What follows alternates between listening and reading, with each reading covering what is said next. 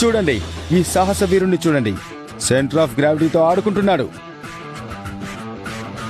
కానీ తనకు తెలీదు గ్రావిటీతో ఆడుకుంటే ఏం జరుగుతుందో.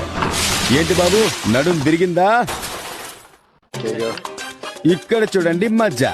అరే మజా అంటే గుర్తొచ్చింది. ఎవ్వరు మెట్ల మీద మజా చేయకూడదు.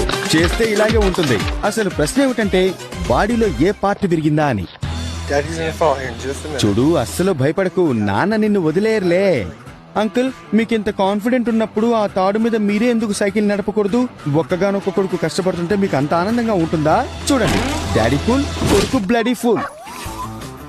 యూనిసైకిల్ తో పాటు వెళ్ళడం ఎందువల్ల కష్టం అంటే దీనిలో హ్యాండిల్ బార్ ఉండదు. ఔచ్! అరే తమ్ముడు, ఏమైంది నాన్న? అంత వేగంగా నడపొచ్చా చెప్పు? ఇప్పుడు ఏమైందో చూడు.